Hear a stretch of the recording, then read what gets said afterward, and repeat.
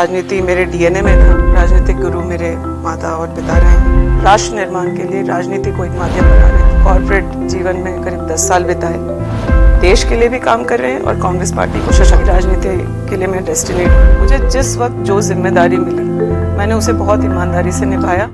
झारखंड विधानसभा के विशेष कार्यक्रम जाने अपने विधायक में आपका स्वागत है। इस कार्यक्रम में हम माननीय को जानने की कोशिश करेंगे, विधायक को जानने की कोशिश करेंगे और इसकी शुरुआत हम जिस विधायक के बारे में बात करना चाहते हैं, जिनके बारे में आप जानना चाहेंगे, तो थोड़ा हम आपका परिचय कराएं कि ये शख्स, इनको परिवार से राजनीति की शिक्षा मिली थी, इनके डीएनए में राजनीति था, लेकिन विरासत में इन्हें कुछ नहीं मिला। इन्होंने अपनी तकदीर और राजनीति की जो इन्होंने किताब लिखी है, इन्होंने खुद से लिखी है। हम बात कर रहे हैं दीपिका पांडे सिंह की। महागामा विधानसभा से आती हैं, पहली बार इन्होंने चुनाव लड़ा और चुनाव जीतकर आज विधानसभा में है और अपनी प्रखर वाणी की वजह से, अपनी सोच की वजह से, अपने जुझारूपन की वजह से आज अपने क्षेत्र में और झारखंड में एक चर्चित विधायक के तौर पर स्थापित हो चुकी है। तो दीपिका जी, आपसे शुरुआत करते हैं और विधानसभा टीवी में आपका पहले तो बहुत बहुत स्वागत। और सबसे पहले सवाल कि आप जिस परिवार से आती हैं, राजनीति अगर हम समझने की कोशिश करें तो आपका जो प्रथम पाठशाला था वो परिवार से मिला। जी, बहुत बहुत धन्यवाद तोमर जी। और जैसा आपने कहा कि राजनीति मेरे डीएनए में था, तो मैं मानती हूँ कि मेरे पहले राजनीतिक गुरु मेरे माता और पिता रहे हैं। और संगठन में किस तरीके से काम होता है, ये काम मैंने अपने परिवार में सीखा। आप कह सकते हैं इंटर्नशिप की तरह जो हम लोगों का स्टूडेंट लाइफ था, उसमें उनको उनके संगठन के काम में मदद करने की वजह से हम लोग अपनी पार्टी को, कांग्रेस पार्टी को, और जो संगठन के अलग अलग विंग हैं उनके काम को समझ जो है हम लोगों को थी। लेकिन मेरे पेरेंट्स ने हम लोगों की शिक्षा को अहमियत दी और यहीं रांची से हम लोगों की पढ़ाई लिखाई हुई। इसलिए मैं छात्र जीवन में तो राजनीति से नहीं जुड़ पाई, लेकिन आने वाले समय में शायद मेरे लिए तय था, ये डेस्टिनेट था, तो मैं राजनीति में गई। लेकिन आप छात्र जीवन में राजनीति में आई, तो वो जो टर्निंग पॉइंट था जब आप जुड़ी, क्योंकि परिवार में आपने उठते बैठते राजनीति को बहुत करीब से देखा था, आपकी माताजी, आपके पिता दोनों राजनीति में बहुत सक्रिय थे, तो क्या उनकी तरफ से सहमति थी कि आप राजनीति में जाएं? क्योंकि जब मध्यम वर्गीय परिवार से आप आते हैं तो लोग बहुत कम रिस्क लेते हैं, खासतौर पर बेटियों के लिए, तो आपको ये जो छूट है क्या परिवार से मिला था? बिल्कुल, मेरी माँ एक सशक्त महिला नेत्री रही और मेरे फादर चट्टान की तरह उनके पीछे उनके हर निर्णय में साथ रहे। लेकिन जो शुरुआती समय था, पढ़ाई लिखाई का समय था, तो शायद मेरी माताजी के मन में भी इच्छा थी कि मैं किसी ब्यूरोक्रेटिक सर्विसेज में जाऊं, पढ़ाई लिखाई करके एक अच्छा करियर बनाऊं। और मैंने उनकी इच्छा को आंशिक रूप से पूर्ण करते हुए कॉर्पोरेट जीवन में करीब 10 साल बिताए। लेकिन मुझे लगता है कि जब मैंने यह निर्णय लिया कि मुझे राजनीति में आना है, तो वह दौर था जब राहुल गांधी जी ने यूथ कांग्रेस का प्रभार ले लिया था। वो जो सफर है और जो आपके बचपन का सफर है, तो आपकी स्कूलिंग कहाँ से हुई थी? मैं यही रांची से पढ़ी लिखी हूँ। मेरा स्कूलिंग केरली स्कूल HEC प्रीमिसेस में ही है, वहाँ से स्कूलिंग हुई हमारी। कॉलेज मैंने सेंट जेवियर्स रांची से किया, फिर पीजी की पढ़ाई XIS Xavier Institute of Social Services से करने के बाद फिर मैं करियर में को बनाने में रही और उस बीच में मैंने अपने लॉ की भी पढ़ाई पूर्ण की। लेकिन उसके बाद एक समय आया 2010 का कि जब मैं सक्रिय रूप से राजनीति में आई और वो राहुल गांधी जी के आह्वान पर देश भर के युवा छात्र राजनीति में, यूथ राजनीति में आ रहे थे और राष्ट्र निर्माण के लिए राजनीति को एक माध्यम बना रहे थे। मुझे लगा ये बहुत मेरिटोरियस वे है राजनीति में आने का, क्योंकि हम लोग के परिवार में लोग राजनीति में थे, तो सबको लगता था, या मुझे भी एक माध्यम चाहिए था कि जब आप अपने तो जो कांग्रेस की तरफ जो आपका प्रेम था, वो क्या बाल्यावस्था वाला प्रेम था? और जब पढ़ाई अपनी पूरी की और राहुल गांधी, जहां तक मुझे जानकारी है कि राहुल गांधी की जो कोर टीम है, उस कोर टीम में भी आप थीं और आप बहुत उस टीम से डायरेक्टली जुड़ी हुई थी, तो ये जो सक्रियता बढ़ी, तो ये जो राजनीति में जो आपकी एंट्री हुई, वो किस तरह आप से जब ये थी? सवाल कर रहे हैं तो मुझे याद आ रहा है सेवा दल का कैंप 1983 का। मैं 76 बॉर्न हूँ और 1983 में इंदिरा गांधी जी आई थी। उस सेवा दल के पहले कैंप से हमारी माता जी की भी राजनीति की शुरुआत हुई थी और कांग्रेस की समझ या फिर जो संगठन की समझ है, मुझे उस कैंप की भी यादें हैं। फिर उसके बाद 2000 नहीं 1999 में सोनिया जी जब सक्रिय रूप से आ गई थी तो मुझे याद है कि मैं अपने माता जी के साथ उनके जन्म दिवस पर AICC गई थी पहली बार। तो मैडम की तरफ मैंने अपना एक पुर्जा बढ़ाया था उनके ऑटोग्राफ के लिए, जिसे सिक्योरिटी वाले बहुत तेज़ी से रोक दिए थे, पर उन्होंने हमारे उस पेपर को एक्सेप्ट किया और उनका वो ऑटोग्राफ तब से है। तो मैंने देखा जो वहाँ का माहौल था उसने मुझे बहुत प्रभावित किया था। और मैं राहुल गांधी जी जब शुरुआत करे युवाओं को जोड़ने के लिए, तो मैं ही नहीं, मेरे जैसे बहुत सारे युवा उस वक्त राजनीति से जुड़े। उनमें से कई आज सांसद हैं, विधायक हैं, कई संगठन में महत्वपूर्ण पदों पर हैं और देश के लिए भी काम कर रहे हैं और कांग्रेस पार्टी को सशक्त करने के लिए। जो सक्रिय राजनीति है वो किस साल से शुरू? मैं कांग्रेस की एक्टिव मेंबर तो 99 में बन गई थी, लेकिन संगठन में और चुनावी राजनीति की तैयारी मैंने 2010 से की। ये जो 10 साल का जो समय है, बहुत कम समय में आपने जिस तरह से बहुत तेजी के साथ राजनीति में कदम रखे और फिर आप विधायक बनी, विधानसभा तक पहुंची, तो बहुत छोटा इसको समय मान के चलते हैं करियर के पॉइंट ऑफ व्यू से।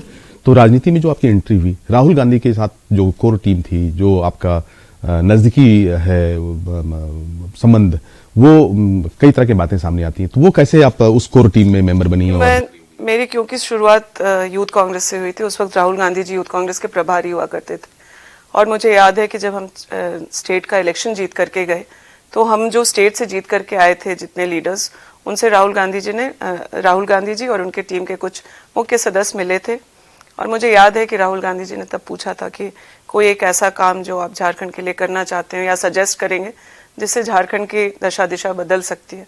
तो मुझे याद है मैंने उनको सुझाव दिया था कि झारखंड में पंचायती राज के चुनाव नहीं हुए थे, तो हमारा जो सोशल इश्यूज है या फिर उस वक्त नक्सलिज्म की भी बहुत बात होती थी और जो लीडरशिप क्राइसिस झारखंड में था, उन सब चीज़ों को देखते हुए मेरा सुझाव था कि पंचायती राज के चुनाव झारखंड में कराने चाहिए। इससे विकास भी गांव ग्रामीण इलाकों तक पहुंचेगा, साथ ही नक्सलिज्म को लेकर के जो बातें झारखंड में हावी थी उस पर भी नियंत्रण होगा और झारखंड में कहीं ना कहीं लीडरशिप क्राइसिस हम लोग आज भी महसूस करते हैं कि झारखंड को इससे बहुत आगे आना चाहिए था। तो वो उस लीडरशिप क्राइसिस को भी खत्म करने का एक तरीका था। तो फिर सक्रिय राजनीति में जो आपका आगमन हुआ 2010 में, तो आपको मोटिवेट किसने किया, खासतौर पे परिवार में या प्रोफेशनली अगर देखें, अगर आप राजनीति में थी तो कौन से ऐसे लीडर जो आपको मोटिवेट किया और आप सक्रिय राजनीति में आ गई? देखिए, मुझे लगता है कि मुझे सबसे पहले अगर किसी ने इंस्पायर किया राजनीति में आकर के तो ये मेरे पिताजी और माताजी थे। और जब मैं राजनीति में सक्रिय नहीं भी थी तो शीला दीक्षित जी उस वक्त मुख्यमंत्री हुआ करती थी दिल्ली के, तो उनके काम करने के तरीके से या फिर जो बदलाव वो ला पा रही थी दिल्ली में, वो देख करके मैं प्रभावित रही। एज ए वुमेन मुझे लगता है इंदिरा गांधी जी हर महिला नेत्री को इंस्पायर करती हैं और फिर मैंने राहुल गांधी जी के आह्वान पर किया और धीरे धीरे उन्हें अपना आइडल मान करके कमज़ोर लोगों की आवाज़ किस तरीके से बनना है उस पर मैंने काम किया और उसमें आगे बढ़ी। और मुझे तसल्ली है कि आज मैं उन लोगों की आवाज़ सदन के अंदर हो, सदन के बाहर हो या संगठन में भी जब मैं रही, तो वैसे लोग जिनकी बातों को ताकत देने 2010 में जब 2010 में आपने राजनीति ज्वाइन किया था तो आपको लगा था कि चुनाव लड़ेंगे और फिर विधायक बनेंगे, तो ऐसा कोई सिस्टमेटिक योजना? बहुत प्लानिंग से तो नहीं, लेकिन हाँ ये मुझे समझ में आ गया था कि राजनीति के लिए मैं डेस्टिनीड हूँ। और मैं आज भी 2010 से लेकर के आज तक आप कह सकते हैं एक पूर्णकालिक राजनीति में समय देना हो, उस पार्टी को देना हो चाहे अपने क्षेत्र को देना हो, मैं 24 घंटे क्षेत्र के लिए फिर से घूम के उस सवाल पे आना चाहते हैं। आमतौर पे जब लड़कियां सेटल्ड हों, प्रोफेशनली अच्छे कॉर्पोरेट जगत में हो, पैसा कमा रहा हो, तो आमतौर पे लोग रिस्क कम लेते हैं। बावजूद इसके दीपिका जी ने राजनीति को एक तरह से करियर के तौर पे चुना और काफी बड़ा रिस्क लिया। हालांकि उस रिस्क के बाद आज ये विधायक हैं। ये बहुत और लोगों के लिए इंस्पायरिंग भी हो सकता है कि आपने एक कॉर्पोरेट वर्ल्ड को छोड़ के राजनीति में एक तरह से ब्लाइंड गेम खेला और यहाँ बहुत सिस्टमेटिक तरीके से तो क्या ये व्यक्तित्व का पहचान पहले से आपके पास था, लगा था कि नहीं जैसे हमने एक्सरसाइज से किया और कॉर्पोरेट की दुनिया में एंट्री ले ली, राजनीति में एंट्री लेंगे और फिर यहाँ पे चौका छक्का मारेंगे? देखिए, इसमें मुझे लगता है कि जब हम ये निर्णय ले रहे थे कि अब हमें नौकरी छोड़ करके राजनीति करनी है, पूरे समय राजनीति करनी है, तो मुझे लगता है मेरे हस्बैंड रत्नेश ने काफ़ी इसमें सपोर्ट किया। हम लोग ने बैठ कर तय किया कि इस वक्त हम लोग इस पोजीशन में हैं कि रिस्क ले सकते हैं, और मेरे इच्छा और पैशन को देखते हुए उन्होंने मुझे इसमें बैक किया।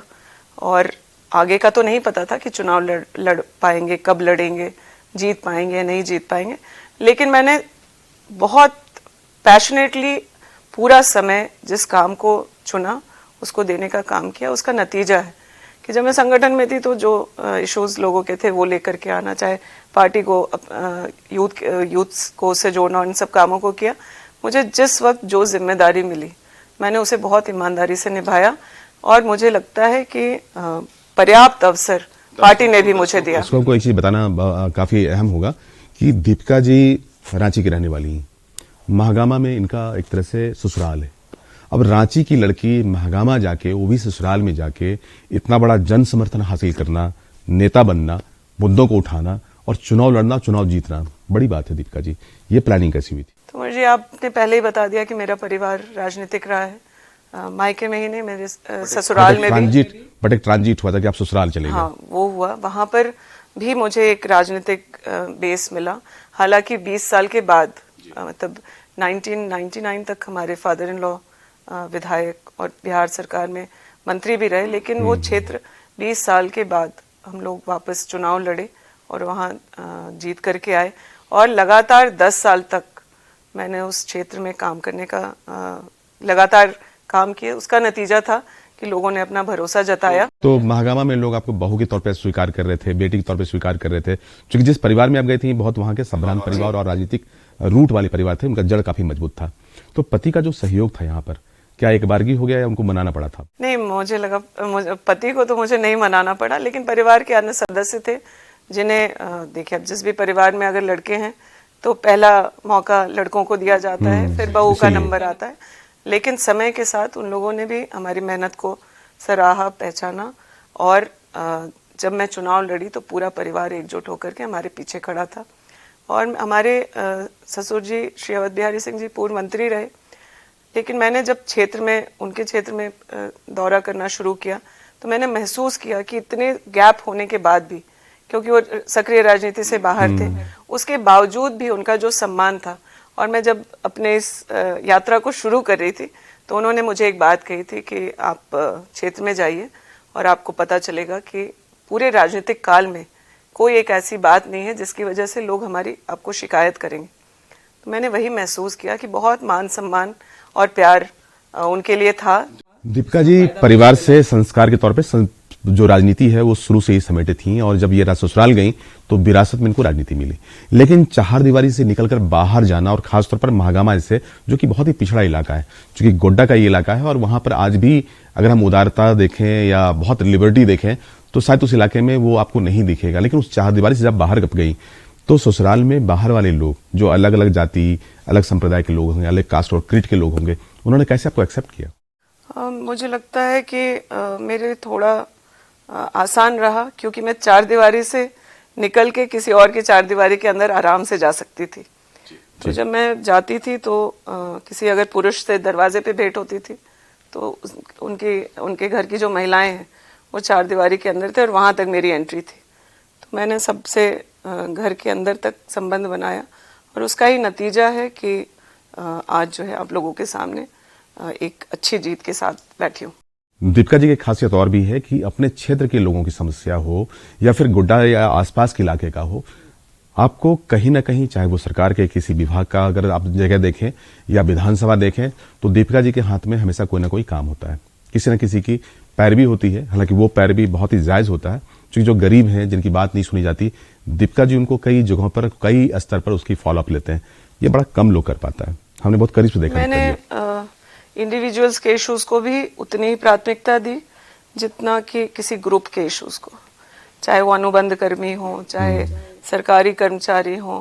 मतलब जिस तरीके से ओल्ड पेंशन का काम हुआ, सरकारी कर्मचारियों का कॉज मैं लेके चली, अनुबंध कर्मियों में आप देखेंगे पारा शिक्षक, आंगनबाड़ी और तमाम अन्य लोगों की भी बात मैं लगातार उठाती रही हूँ। कुछ लोगों का समाधान हो पाया, कुछ लोगों का समाधान प्रोसेस में है, और मुझे पूरा भरोसा है कि ग्रुप्स का, इंडिविजुअल्स का, जो भी मुझे जो लगा कि हाँ ये सही काम है और इसमें लोगों की मदद करनी चाहिए, उनकी आवाज़ ताकत बनना चाहिए, मैंने उसको अपने ज़िम्मे लिया है और हर प्रयास सदन के अंदर और सदन के बाहर यह प्रयास किया है कि उनका समाधान आवश्यक रूप से कराऊं। दीपिका जी विधायक बनकर आई और यहाँ पर इनकी ही सरकार बनी, जो ये गठबंधन में थे और कांग्रेस सरकार का हिस्सा है।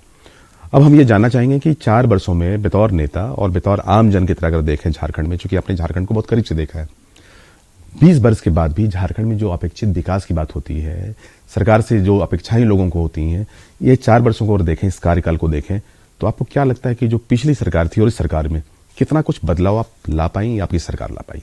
देखिए, जब हम लोग चुन करके आए तो हमें लगा कि शायद हम ऐसे प्लेटफॉर्म पे आ गए हैं कि जहां अपनी बात रखे और समस्या का समाधान हो जाना है जी। लेकिन इन 4 वर्षों के दौरान, खास करके कोविड के समय में, हम लोगों ने देखा कि सरकार अगर संवेदनशील है तो किस तरीके से अपने लोगों की जान की रक्षा कर सकती है, उनके जरूरी चीजों को पूरा कर सकती है, वो हम लोगों ने देखा। लेकिन उस दौरान हमने यह भी महसूस किया कि जिस सोच के साथ झारखंड बना था, या फिर जो नीतिगत मामले राज्य बनने के शुरुआती सालों में हो जाना चाहिए था, वो किस प्रकार से उलझा हुआ है। किसी भी इशू को अगर हम लोग लेके जाते थे तो कभी स्थानीयता का मुद्दा है, कभी कई सारी पॉलिसी मैटर जो है उलझी हुई थी, और ब्यूरोक्रेटिक जो यहाँ माहौल है या संरचना है, वो काम क्यों ना हो उसके लिए ज्यादा डॉक्यूमेंटेशन करके तैयार हो रहती है, बजाय इसके कि अगर ये जनहित में कोई काम है तो इसका समाधान या उसकी क्या प्रक्रिया होनी। बीइंग अ मीडिया, चूंकि हम लोग बहुत सक्रियता से काम करते हैं, तो हमने जो ऑब्जर्वेशन हमारा है कि सरकार भले बहुत अच्छी नीयत के साथ में कोई काम लाए, लेकिन जो इम्प्लीमेंटेशन है वो इतना इस राज्य में कठिन है कि धरातल पर चीजें पहुंच नहीं पाती हैं।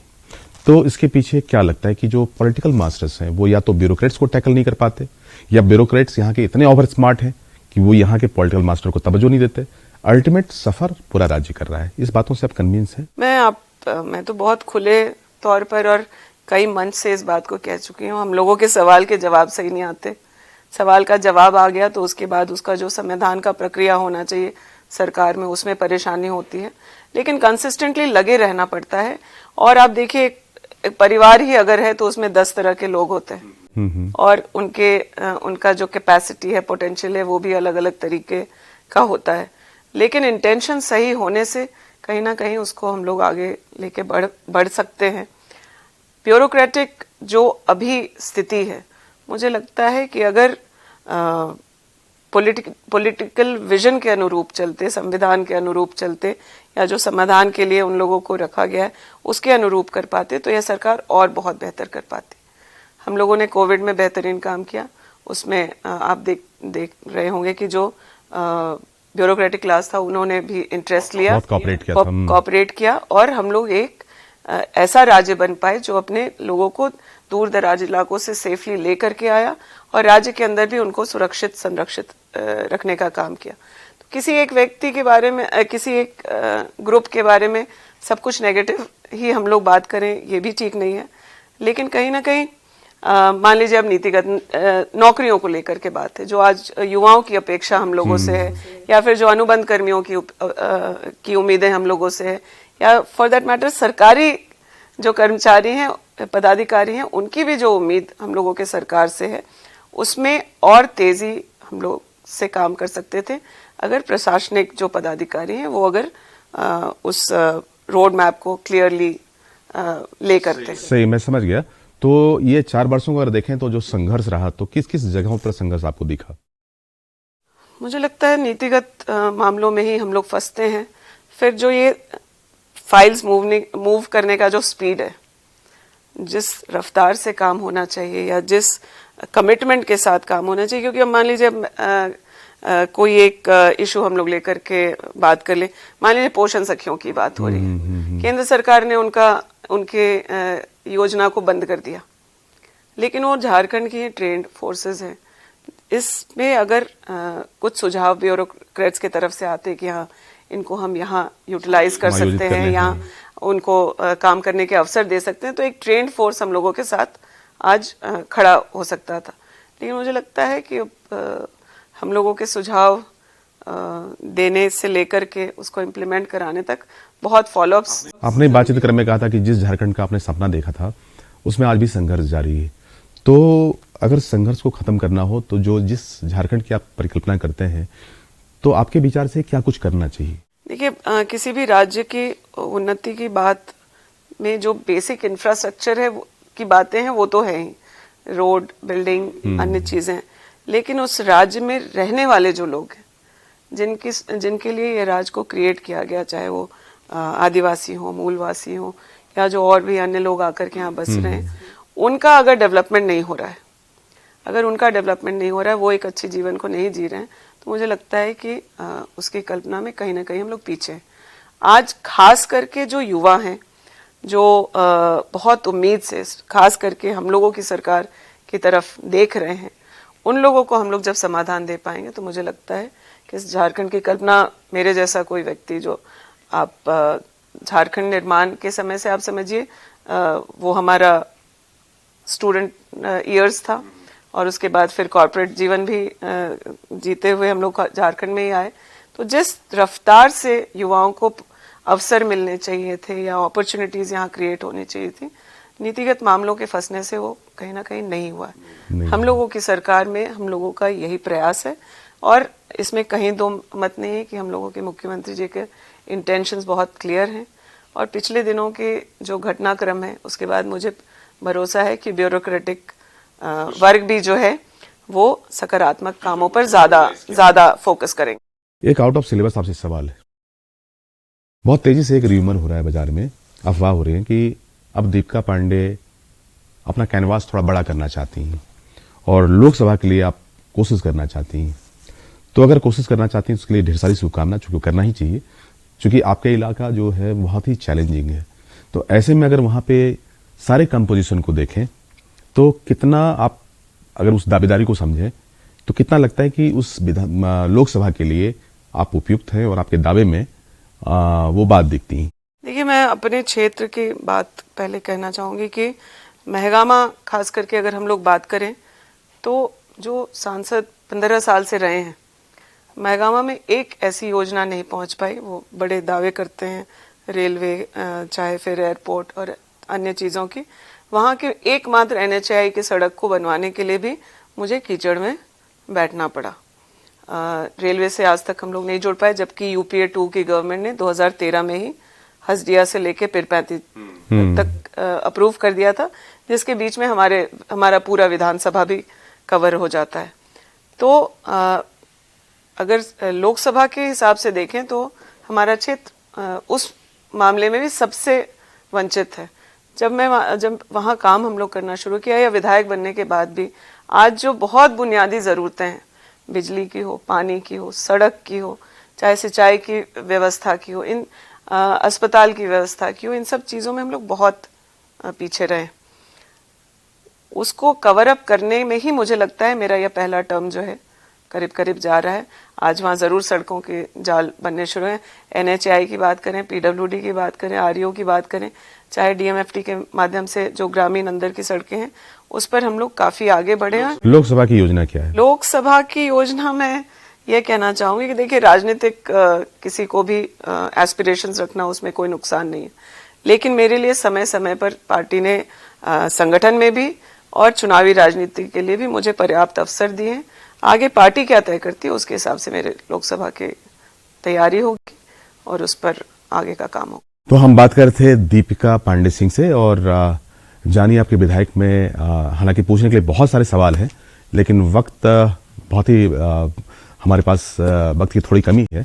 तो हम अगली बार जब मिलेंगे तो कुछ और मुद्दों पर बात करेंगे। तब तक ले दीजिए हमें इजाजत। नमस्कार।